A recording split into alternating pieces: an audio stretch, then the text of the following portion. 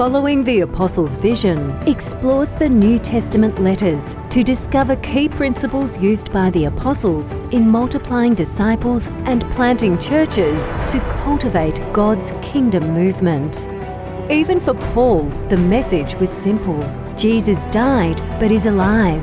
He has ascended, but is present by His Spirit, and He is coming again. And the vision was clear that there be no place left where this good news had not been shared. Our cities are going up, our suburbs are expanding, our mission challenge is huge.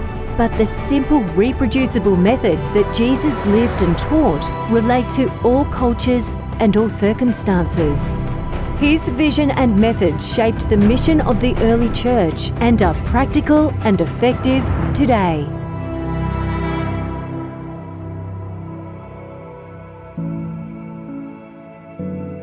In this second episode, we explore the big movement idea of multiplying households of faith.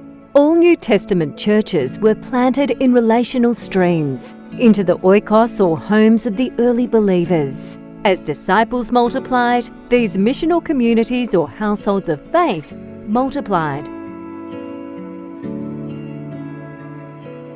My name's Eunice, and I hail from Papua New Guinea. And I've been living in Australia for 35 years now. But while I was in New Guinea, I met this wonderful man, Peter, and we have 3 children and 9 grandchildren.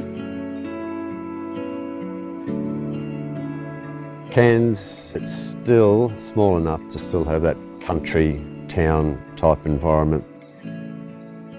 I honestly love this place, I really do, and I'm very comfortable, and I like the laid-back lifestyle.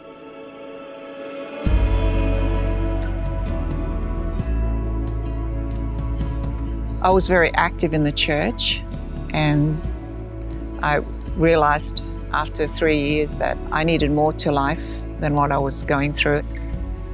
I was called to do a literature ministry, which means that I went from door to door selling Christian literature. Then I felt a calling to the households of faith. And it's something that I felt very passionate about the more I found out about it. And I just felt that the Lord was leading me in this area. What I mean by households of faith is that we are doing church in the home, and we're inviting friends and neighbours into our home to do church. I didn't go to church. It wasn't something that was really part of my lifestyle. My background is Catholic, and then decided to leave the church when I left home, and more or less have said no to all religion. Up until I met up with Eunice. She was telling me about her household of faith that she's holding at her home, and it took me a couple of weeks of invites to actually get there, but I'm really glad I did. I brought John along with me, and it was very different to what I expected, and I felt very comfortable in her home, and the way that they conducted it, it was nice. I'm more enjoying finding out the stories. There's a lot of teaching and learning within the stories and the morals. That's what I'm interested in. There's got a lot of good learning there. 8 weeks ago, I had an accident at a friend's place, and I fell through her veranda, and I'm off work. We've been going to Eunice's place, the House of Faith, for the last month. I feel like in the last 8 weeks that God's been with me and John and us, the whole family, the whole time. And that's been the strongest it's been in my whole life.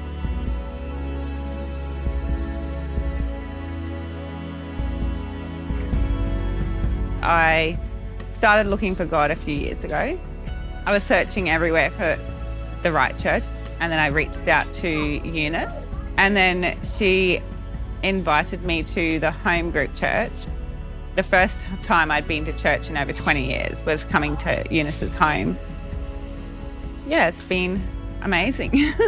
Amazing for my spiritual growth, because I'd lost touch of God completely, and I feel like I've grown so much in like 9 months. But straight away, as soon as I walked in the door, I felt like at home because there was something familiar about it. Someone said to me, you need to let God be your friend. lean on him for support and talk to him like he's a friend. I never thought of it like that. Definitely feel like my relationship with Jesus is growing.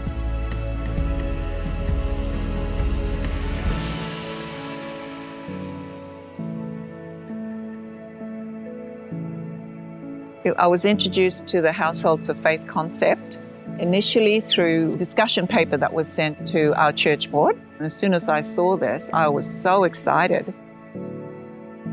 In our Discovery Bible readings, our group found that we were able to have open and honest discussions, ask questions, and try to find the answers from what we were reading.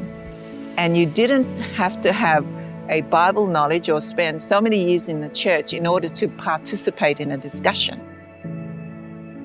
We've been going for a year now. We do understand that it's a movement and it has to multiply. I've identified 2 leaders, natural leaders, who are very keen about having their own households of faith. Rochelle is my niece. She's very responsible, very reliable, and has a real deep passion for the Word of God.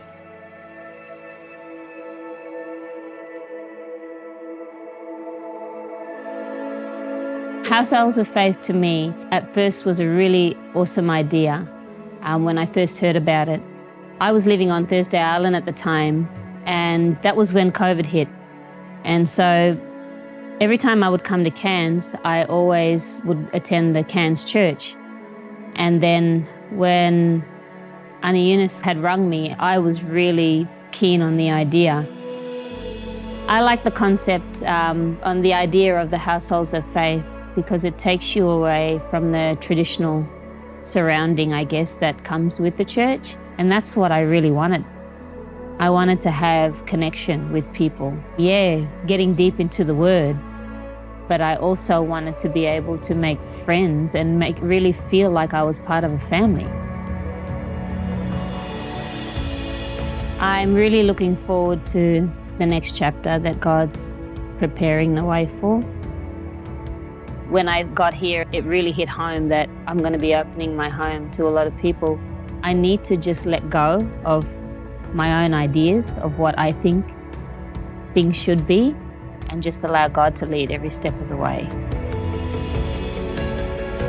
Tom and Paula, they've been church leaders for some time in the church, especially with the young people.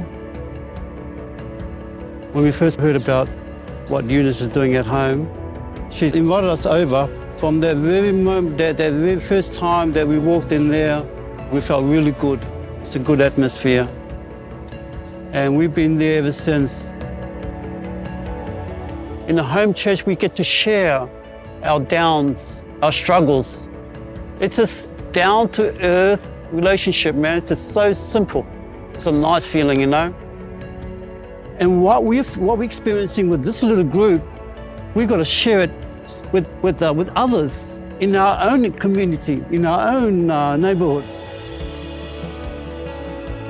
Doing life on your own is too hard today, but doing life with a group who supports you and who prays for you is just wonderful, and that their burdens become your burdens, their victories your victories, and you're in it together. I'm really looking forward to open my home up to others because I want to be able to see the change in how I want to be a witness to see how Jesus changes people's lives. He's done for me.